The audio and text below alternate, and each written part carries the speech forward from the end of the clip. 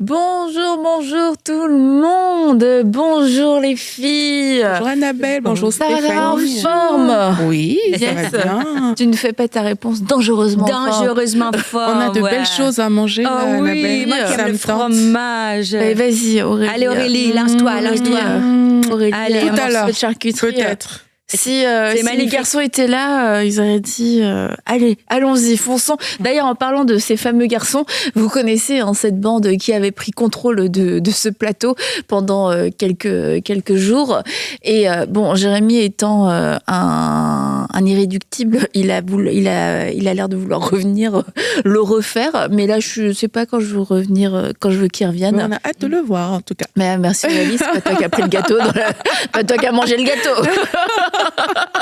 Mais justement, en parlant de cette émission, j'avais fait une série avec Stéphane et on avait parlé des fruits de l'esprit et Johan a envoyé un témoignage et dit dans l'émission sur les fruits de l'esprit dans la table avec Annabelle et avec Stéphane Caddy, et il a commencé à prier pour les personnes qui avaient perdu leur joie. Et en fait, au moment où Stéphane a prié, Johan a senti comme une force sortir de l'écran et elle nous dit que j'ai pleuré, j'ai senti le Saint-Esprit agir et le lendemain à l'église, j'ai loué Dieu avec mon mari avec une joie qui ne venait pas de moi. C'était merveilleux. J'avais perdu cette joie quelques mois auparavant suite à une mauvaise nouvelle sans même m'en rendre compte.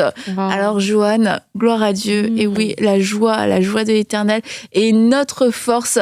Et je suis très heureuse que vous ayez pu retrouver votre joie, une joie pour louer Dieu. Merci d'avoir témoigné. Et pour vous autres, eh bien vous aussi, vous pouvez nous envoyer vos témoignages au numéro WhatsApp qui s'affiche. Alors, c'est au +33 7 83 60 67 20, +33 7 83 60 67 20. Si vous nous suivez aussi en podcast sur Spotify ou ailleurs, eh bien, vous avez le numéro pour pouvoir nous contacter sur WhatsApp. Vous pouvez envoyer un message, un audio pour nous dire ce que Dieu a fait pour vous. Et je sais que quelquefois, c'est pas facile. On ne sait pas trop comment l'écrire, ça semble long, etc. Puis finalement, un petit audio, ça se fait assez facilement et ça nous permettra de savoir, de nous réjouir avec vous. Et j'en profite aussi avec vous toutes, mesdames, pour remercier encore une fois toute la famille des partenaires. Un grand merci à vous. On apprécie tout ce que vous faites pour nous. On apprécie que vous puissiez contribuer avec nous et que des femmes comme Joanne puissent retrouver la joie qu'elle avait pu perdre sans même s'en rendre compte. Alors un grand merci et puis vous pouvez aussi devenir partenaire en allant sur emcitv.com/don et rejoindre la grande famille des partenaires. Merci à vous tous, à vous qui en faites partie et à vous qui en ferez partie aussi. Alors aujourd'hui, on parle mari. Les critères pour trouver un bon mari. Pour nous, c'est trop tard. Stéphanie. Vous en avez de très bons, en tout cas. Mais parce vous qu'on a trouvé de très parlerez en tant que témoin. Voilà, exactement. On va parler, c'est quoi en fait les bons critères pour trouver un bon mari. Bon critère, bon mari. Et parce que ça, c'est vraiment un sujet qui revient souvent. Mais comment savoir si c'est le bon ? C'est pas vraiment le thème de l'émission, mais est-ce que je devrais faire une liste ? Est-ce qu'il faudrait que je laisse Dieu me surprendre, etc. Donc c'est vrai qu'il y a beaucoup de questions par rapport à ça et quelquefois beaucoup de stress en fait sur est-ce que je me trompe ? Si je me trompe sur les critères, je vais me tromper sur le bonhomme. Oui. Donc c'est un peu dommage. Alors déjà, dire les critères, la liste de critères, c'est pas un panier Amazon. Alors, en Allemagne, je vous ai déjà raconté ça. Et puis j'avais dit, parfois on a trop de critères et tout, il faut mettre vos critères de côté, il faut déchirer votre liste. Là, il y a une fille qui me dit, mais non, jamais. Ma liste et tout. Elle me faisait trop rire. Et certains ont tellement de critères que même Jésus n'aurait pas été à la hauteur. Donc, je pense que ça prend quelques critères non négociables, mais effectivement, ça devient compliqué, les critères. C'est ça. On peut peut-être commencer par ça. La grande liste de critères dans les moindres détails. Qu'est-ce qu'on en pense ? Qu'est-ce qu'on en fait ? Aurélie a dit, on la jette. Moi, je ne répondrai pas à ces questions-là pour les raisons que vous savez. Je vais laisser Annabelle. En Allemagne, tu leur as dit de jeter leur liste, alors. Quelques-uns, c'est pas mal quand même. Hein. Ouais, mais après, avoir toute une liste, Je vous laisse répondre. Non, mais quelquefois, la liste, c'est un cahier, en fait. Ça devient un cahier, ça devient comme un homme sur mesure. Un livre. Et ouais, c'est ça. Où toi-même, tu t'es imaginé un homme sur mesure pour toi qui évolue en fonction des années.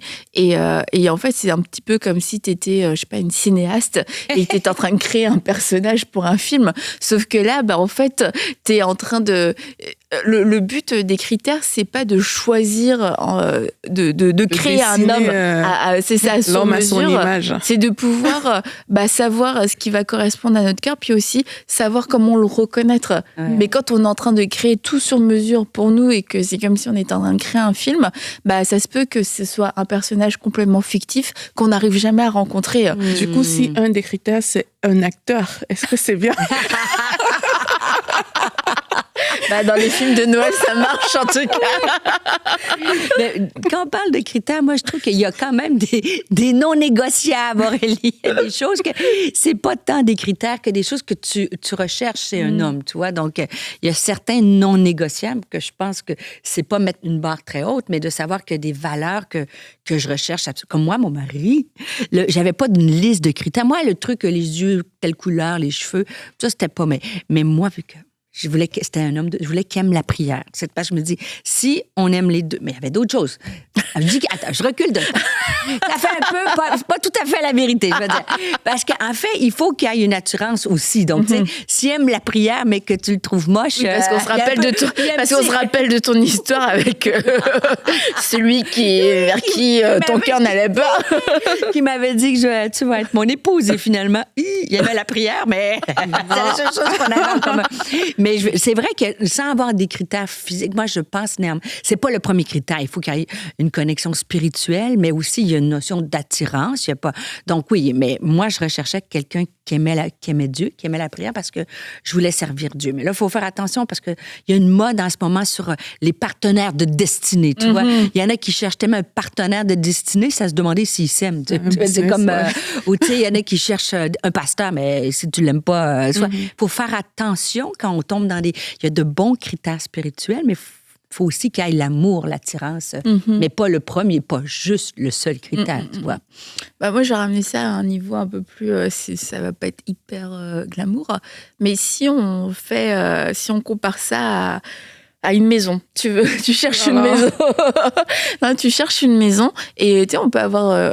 et encore, si on prend notre liste détaillée, en fait, tu sais, c'est extrêmement rare et c'est le témoignage que tu vas entendre. Ça arrivait à une personne sur je sais pas combien. Tu sais, j'avais tout un critère, plein de critères pour ma maison, la couleur des portes, le nombre de pièces, tu sais, la couleur de l'encadrement des fenêtres. Tu sais, que tout dans les moindres détails a été répondu. Tu sais, c'est un témoignage sur tout le monde. Et mais sinon, en fait, la maison, tu te la construis toi-même si tu as autant d'idées arrêtées. Mais là, un homme, on comprend qu'on peut pas se le construire nous-mêmes. Donc, c'est un petit peu ça l'idée. Et c'est que, tu vois, autant on peut avoir des choses, on sait que tu sais, c'est des choses qu'on aime, des choses qu'on aimerait avoir. Et dans ces choses-là, je crois qu'il y a des choses, c'est des vrais désirs de notre cœur. Moi, je suis d'accord avec toi. Voilà, mais quelquefois, il y a des choses, en fait, c'est superficiel. Et puis, on a l'impression que c'est hyper primordial pour nous. Puis finalement, on va rencontrer quelqu'un qui n'a pas ce critère-là. Et puis, c'est comme ça manque pas, en fait, dans ton cœur, le critère, il manque pas. C'est pas quelque chose, ah oui, mais il a pas ça. La seule chose qui te fait dire, c'est embêtant, c'est, ouais, mais c'était sur ma liste. Du coup, vu que c'est sur ma liste, est-ce que c'est le bon? Et tu vois, c'est là où la liste, il faut pas. La liste, c'est pas une loi en fait. La liste, c'était comme un peu un indicateur, un guide. Mais une fois que tu rencontres cette personne-là, peut-être qu'elle va pas correspondre, ou que tu rencontres une personne, elle va pas correspondre à tout. Mais et puis si le critère en plus que la personne n'a pas, le gars il a pas. C'est un critère qui te gêne pas finalement quand tu le rencontres. Faut pas que la liste t'empêche d'aller plus loin. Ah non, parce que ma liste, c'est ça qui compte. Tu rentres pas dans ma liste, tu rentres pas dans ma vie. Mais c'est que peut-être qu'en visitant une maison, moi je m'étais dit tu sais, j'aimerais, je sais pas moi, avoir qu'est-ce que j'aimerais avoir dans ma maison. J'aimerais avoir des arches, tu vois. J'aimerais avoir des arches, mais finalement tout est parfait dans la maison. J'aime la maison. J'ai même pas vu qu'il y avait pas d'arches. Je me dis non, c'est pas la bonne maison, donc je laisse tomber parce que je peux pas voir mes critères à la baisse. Mais en fait, là, je pense que c'est être un peu, je sais pas le bon mot, mais... Non, c'est pas la... Moi, je pense qu'il y a des choses, par contre, si tu reviens à la maison, il y a des choses que moi, quand j'ai acheté ma maison, il y a des choses que moi, je voulais, c'était des non négociables. Oui, on revient... On parle de construction. Attends, on va bientôt parler tuyauterie. On arrive au vrai... Ce que je veux dire, c'est qu'il y a des choses que c'est vrai que la liste doit pas t'empêcher, mais il y a des choses, des fois, c'est à l'inverse. Il y en a qui sont prêtes à aller avec n'importe qui parce que... Mais c'est ce que j'ai failli dire que... au final, quand t'aimes bien quelqu'un, on dirait que la liste, ça saute. Oui, hein, et c'est pour ça que moi, quand on parle de liste, pour moi, il y a des choses dans ma vie que c'était un non négociable pour mon mariage. Voilà. Est-ce que mon mari veut des enfants ou il veut pas d'enfants? Est-ce que, par exemple, OK, je vous lance un truc. Les contraires, qu'est-ce qui est mieux? Les contraires s'attirent ou qui se ressemblent s'assemblent? Les deux peuvent fonctionner. Les deux peuvent, on est d'accord, les deux peuvent fonctionner. Mais c'est plus facile, et je parle par expérience, c'est plus facile dans qui se ressemble s'assemble que les contraires s'attirent. Ouais. Quand les contraires s'attirent, ben ça veut pas dire que c'est pas de Dieu, ça veut pas dire que c'est pas ton mari, mais ça va demander plus de travail que, par exemple, si tous les deux... Oui, parce que ça va être l'attirance va être plus naturelle, mais l'assemblage va être plus... T'as compris, tu vois? Donc, c'est pas un non-critère. Ça veut pas dire que... Est-ce que moi, je veux quelqu'un pareil à moi? Non. Mais si il est différent, ça se peut qu'on va travailler plus. Si vous aimez la campagne, la nature, et que moi j'aime le béton, les boutiques, tu vois, ben quand on va arriver de faire les vacances, on n'aime pas du tout la même chose. Ça veut pas dire que c'est pas le mari que Dieu a préparé pour toi, mais c'est de savoir, il y a des choses comme ça, qu'il y a des négociables puis des non négociables. La foi, c'est un non négociable. Son amour pour Dieu, c'est un non négociable. Tu veux que je revienne à mon... Avec ta maison, vas-y. Je vous écoute. Peut-être sur cette base, je ferai un bon choix, finalement. Non, mais tu sais qu'Aurélie, il faut que tu nous le présentes avant. De toute façon, on va donner notre accord ou pas. Encore une fois, je reprends sur ma maison.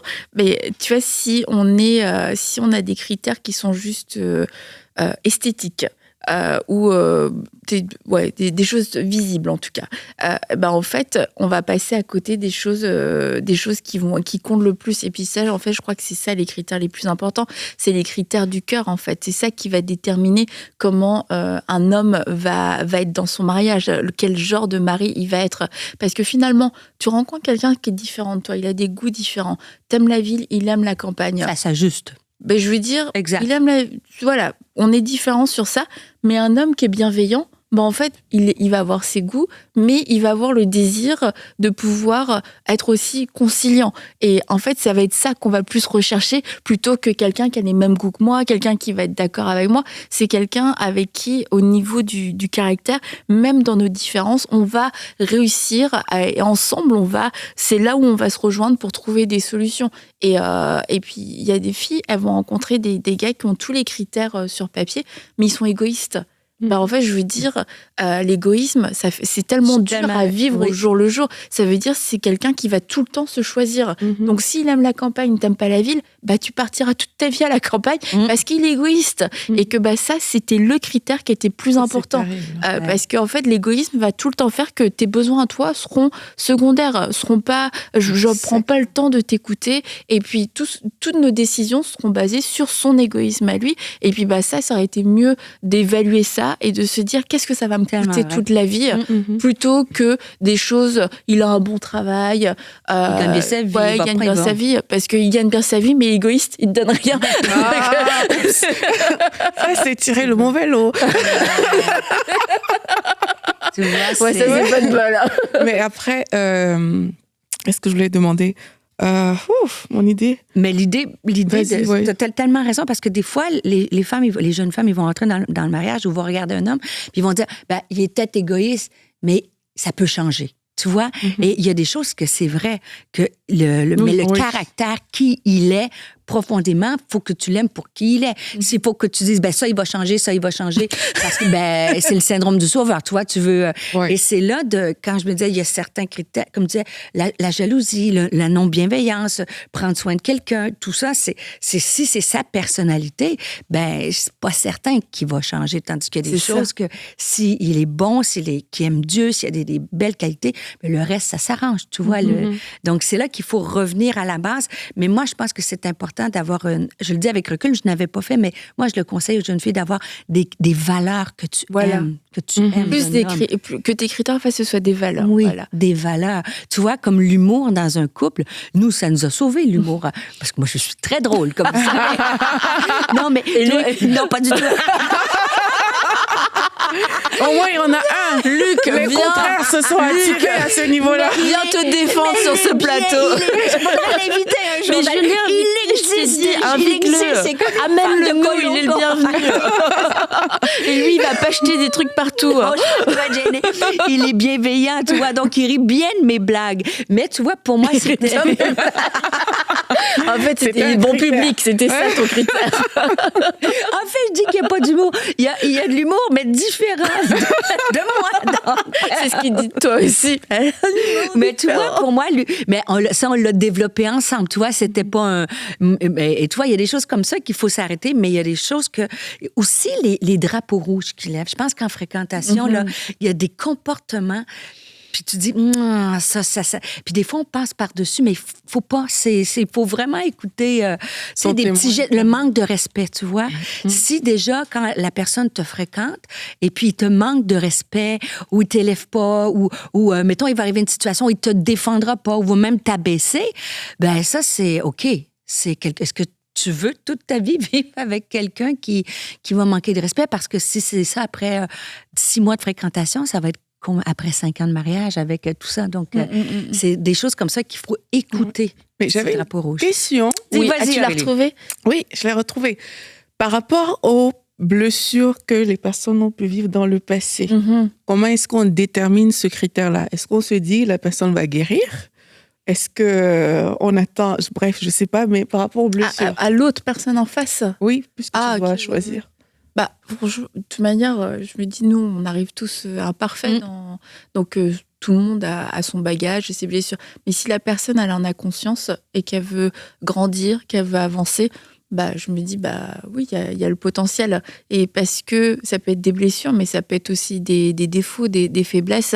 Et de vouloir chercher quelqu'un qui est dans son état final, où tout est au top et qu'il a 10 sur 10 partout, en fait, on ne va pas le trouver. Et on est tous quelque part en cours. Mais ce qui va faire toute la différence, c'est la personne qui veut. La personne qui est volontaire. Exact. Et tu rencontres un homme qui est blessé, et puis tu vois que dans ses comportements, ses mécanismes, dans sa communication, tout est basé sur ses blessures, mais qui te dit, non, moi j'ai pas besoin d'aide et tout ça. Là, c'est hyper dangereux parce que tu te dis, ça se peut qu'il change jamais et que les blessures vont empirer au fur et à mesure du temps et que ça va être de pire en pire. Mais un homme qui te dit, ouais, je sais que j'ai ça, j'ai des blessures, puis franchement, je suis en processus, je demande à Dieu de me guérir, et puis qui fait ce qu'il faut pour pouvoir avancer, je pense qu'il faut laisser un petit peu de temps pour voir c'est quoi les fruits, mais de se dire, tant qu'il est volontaire, comme une femme peut être volontaire parce que elle sait qu'elle aussi, elle a des blessures, elle peut être jalouse, etc., on ne va pas forcément attendre que tout le processus soit terminé pour s'engager. Tu es d'accord? Je suis 100% d'accord. Puis aussi, je trouve que quelqu'un qui avoue ses blessures. Moi, quelqu'un qui parle librement de ses défis, ça me ferait moins peur que ceux qui cachent. Ouais. Moi, les jardins secrets, ça c'est aussi un drapeau rouge. Le mensonge, tu vois, cacher les choses.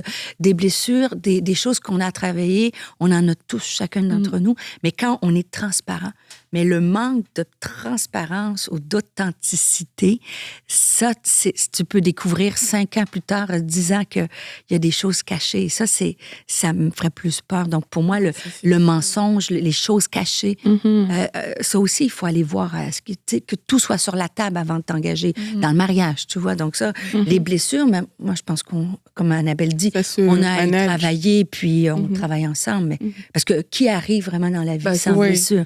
Sinon, ça serait... Ah non, toi... Et l'argent, alors? Et l'argent!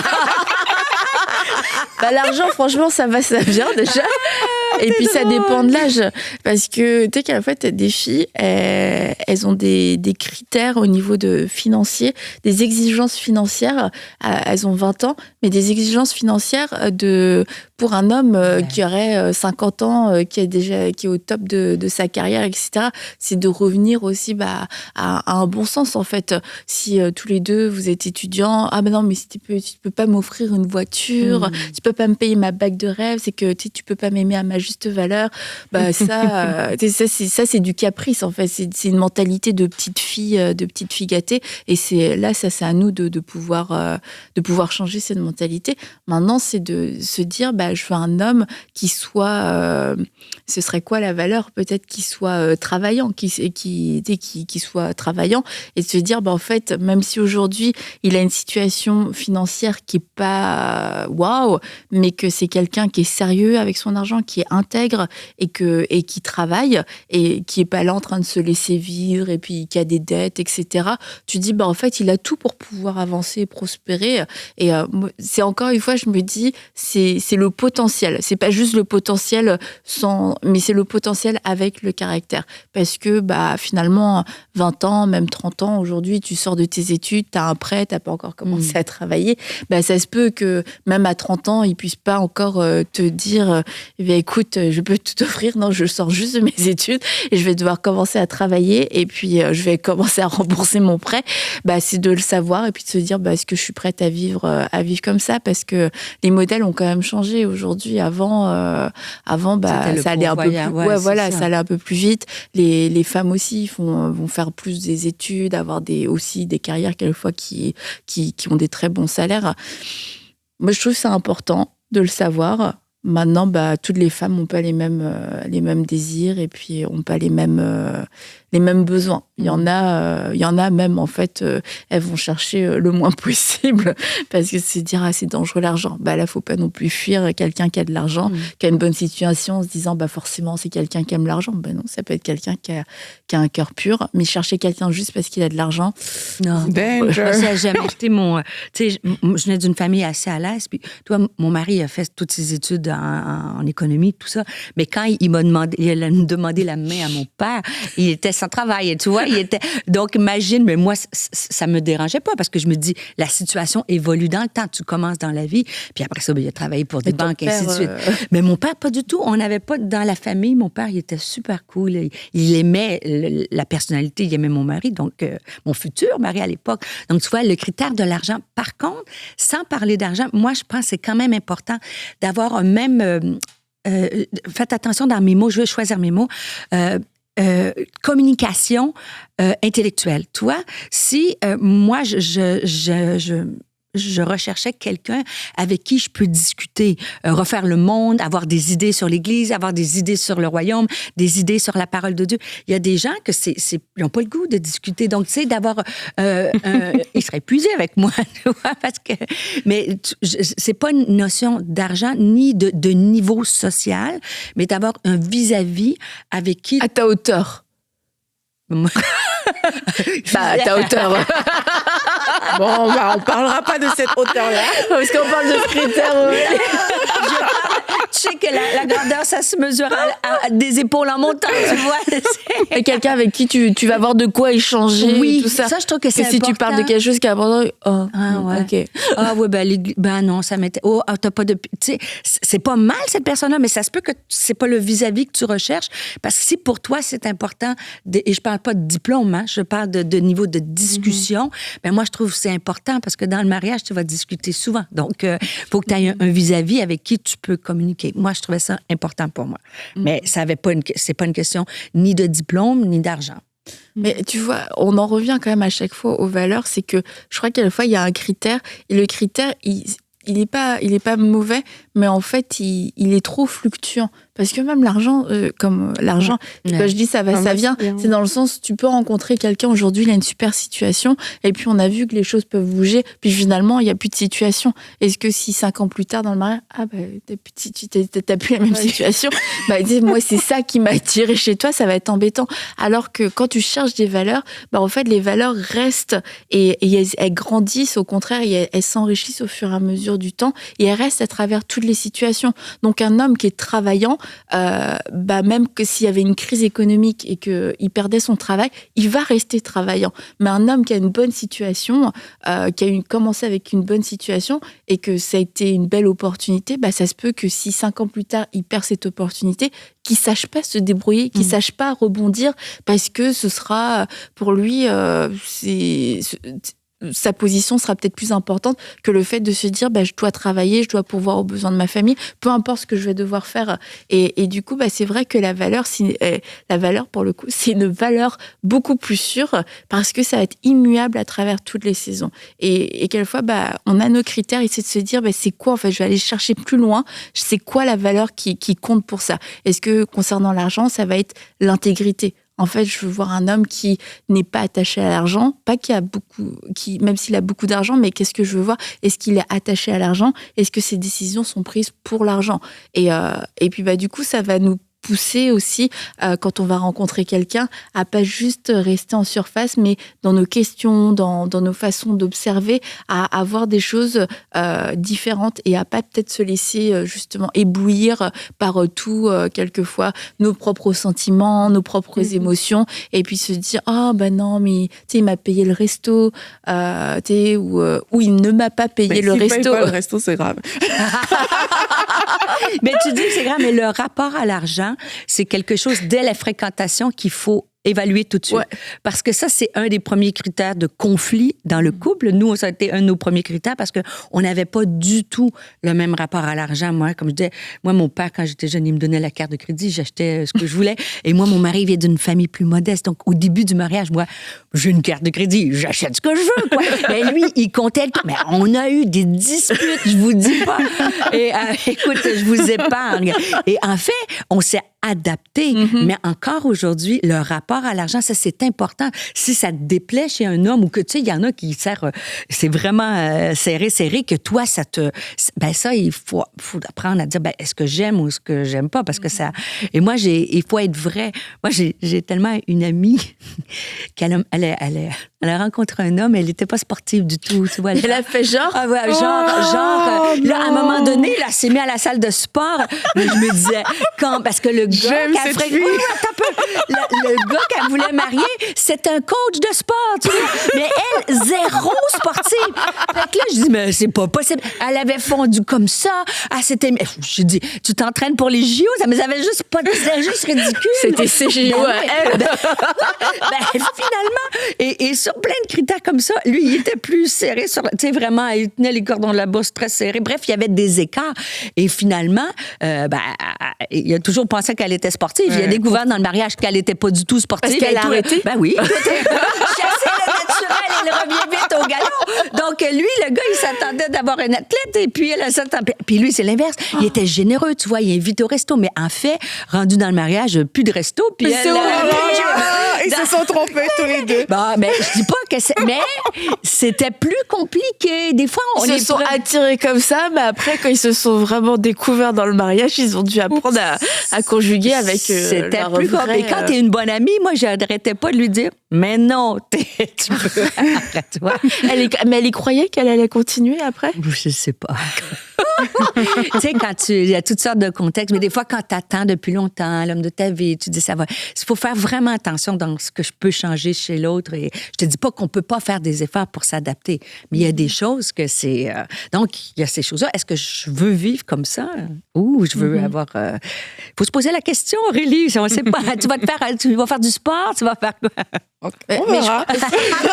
Pour les critères / valeurs, quelque chose qui va tout changer, c'est quand soi-même, en tant que femme, on va se connaître. On va se connaître, mieux on va comprendre ce dont on a besoin.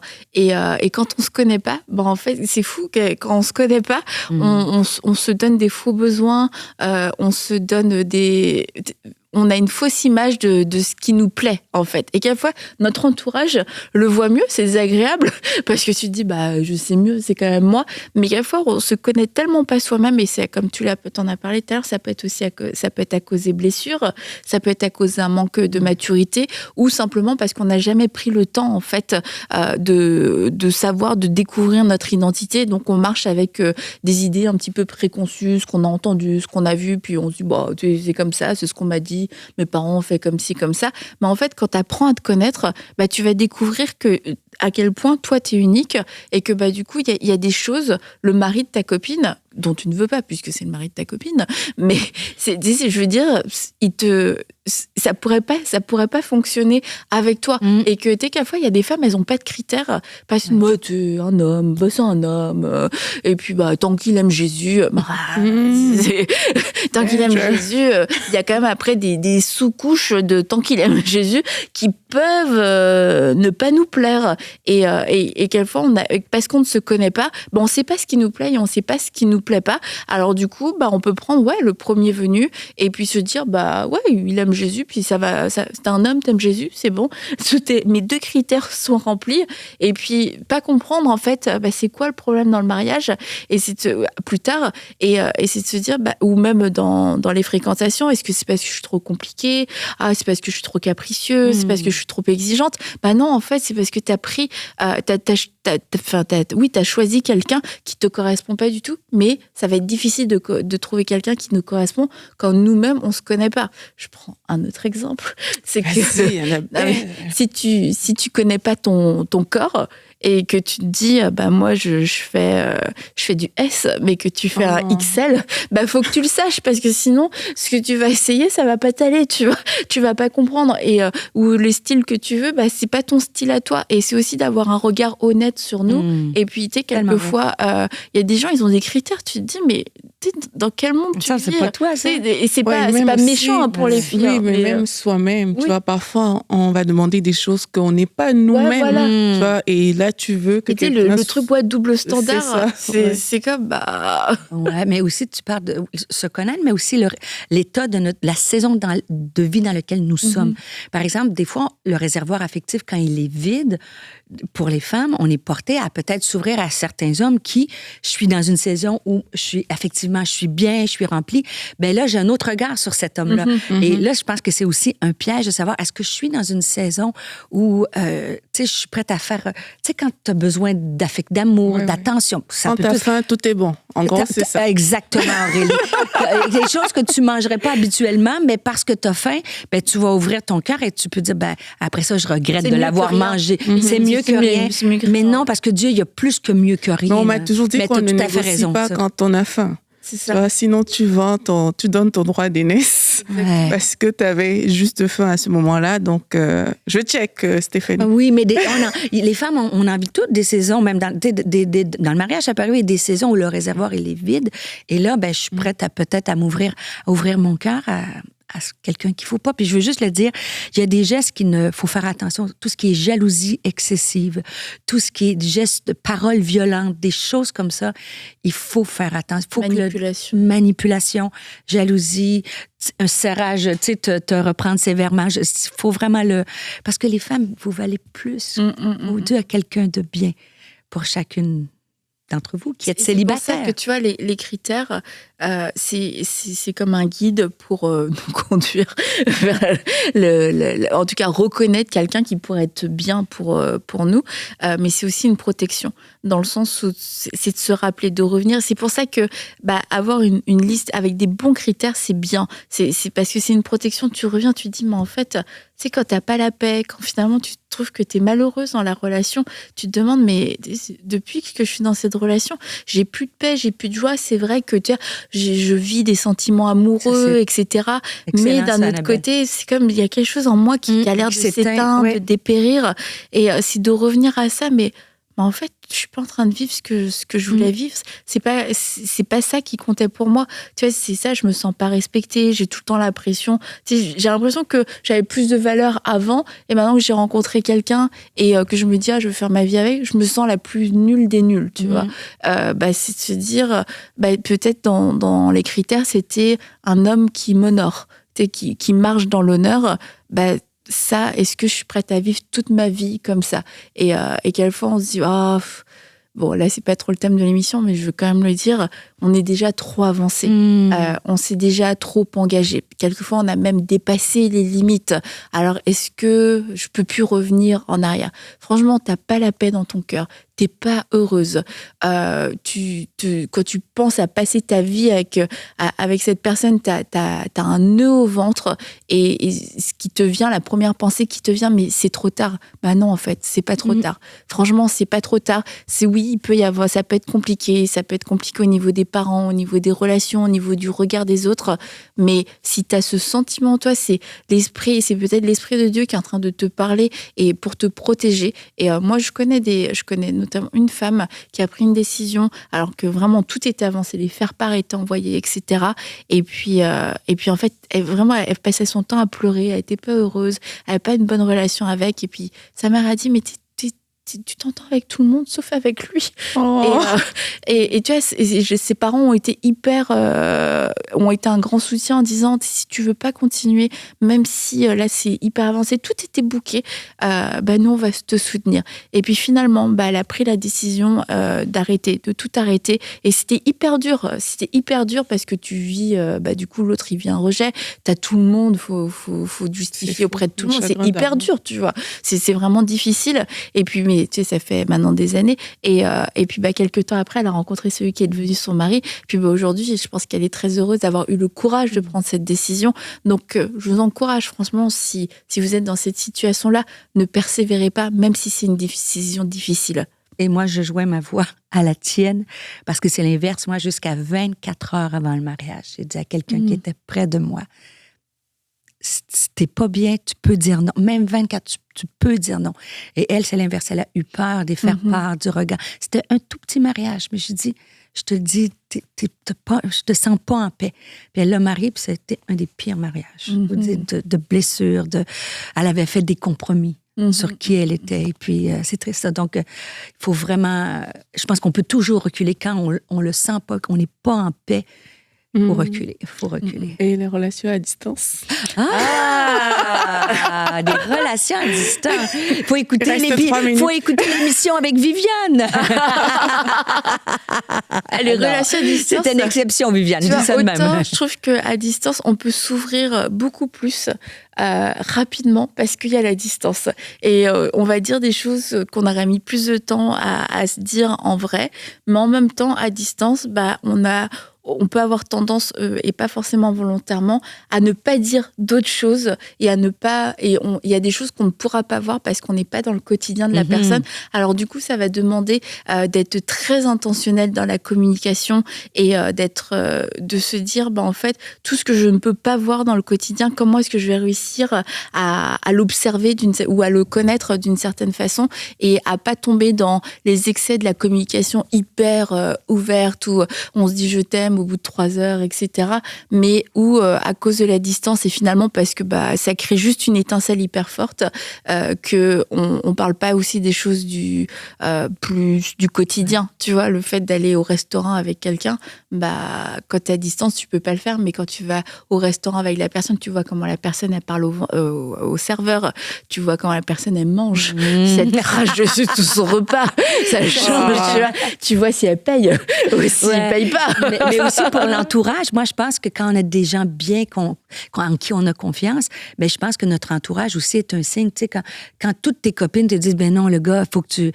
ça parle quand si tu es en bonne relation avec ta famille ou ton entourage, de le voir aussi, de voir ce qu'ils pensent de cette personne-là. Donc, je trouve ça important. Mais je voulais dire tout à l'heure, quand on parlait, je vais boucler parce qu'on arrive bientôt à la fin de l'émission, mais tu sais, quand j'ai dit mon mari, moi, un de mes critères qui est un non négociable, c'était la prière. Et ça, la prière, c'est ce qui a sauvé notre mariage, nous. Parce que les deux, dans la prière, sans tout ce qu'on vous a dit est vrai, le caractère, les valeurs, les signes, mais quand la personne que tu aimes la prière, le Saint-Esprit peut lui parler, puis il peut dire, je m'excuse, j'ai eu tort, on devrait recommencer, on repart à zéro. Qu'est-ce que tu penses? Et moi, je maintiens, parce que nous, mon mari et moi, les premières années de vie on était aux opposés. On a travaillé, c'est vraiment la prière qui nous a gardés et je pense que ça, c'est un beau critère d'avoir un homme qui aime communiquer avec Dieu et que Dieu communique avec lui. Et c'est ce qui fait que tu peux surmonter les plus grandes chicanes, les plus grands défis. Dans ces cas, tu mets ta confiance en Dieu. Tu dis, c'est toi qui vas parler à ton fils. Tu vois un peu l'idée, ouais. Un homme qui craint Dieu, ça c'est la base, parce qu'après, de ça, le reste va découler. Donc, les critères, oui, les valeurs, c'est encore mieux, comme on l'a dit, mais des valeurs, des critères qui sont définis parce qu'on apprend à se connaître et qui ne sont pas non plus une liste interminable pour se faire un homme sur mesure, et puis d'être aussi à l'écoute du Saint-Esprit et de pouvoir se laisser diriger, parce qu'il y a des choses comme n'importe quoi, en fait. On peut tout prévoir dans les moindres détails, mais il y a des imprévus. Et peut-être que cet homme qui est là à côté de toi, il a peut-être un imprévu. Cet imprévu, c'est que c'était pas exactement dans ta liste de critères, mais franchement, tu as la paix dans ton cœur, tu sens que c'est quelqu'un de bien, te bloque pas. Les critères ne doivent pas devenir une prison, ne doivent pas devenir une forteresse, mais c'est très bien lorsqu'ils sont là pour pouvoir te guider, pour pouvoir aussi te protéger, te rappeler c'est quoi tes valeurs, qu'est-ce qui est important pour toi. Et puis, si le temps passe aussi, que tu puisses revenir sur cette liste et que tu puisses reprier par rapport à ça, que ça reste pas quelque chose de statique, parce qu'on n'est pas la même à 20 ans qu'on l'est à 25, qu'on est à 30 ans. Nous-mêmes, on change, on évolue. Alors, de pas rester coincé quelquefois avec le modèle d'homme qu'on pouvait avoir en tête il y a encore quelques années, parce que entre-temps, tu as aussi découvert des choses sur toi, tu as guéri, tu as évolué. Alors, ça vaut la peine de revenir sur ces critères. Alors, des critères, oui, mais les bons. Et la prochaine fois, je vous présente mon mari. Ah oui, volontiers. Luc, oui, nous t'appelons. Yes. Bye bye.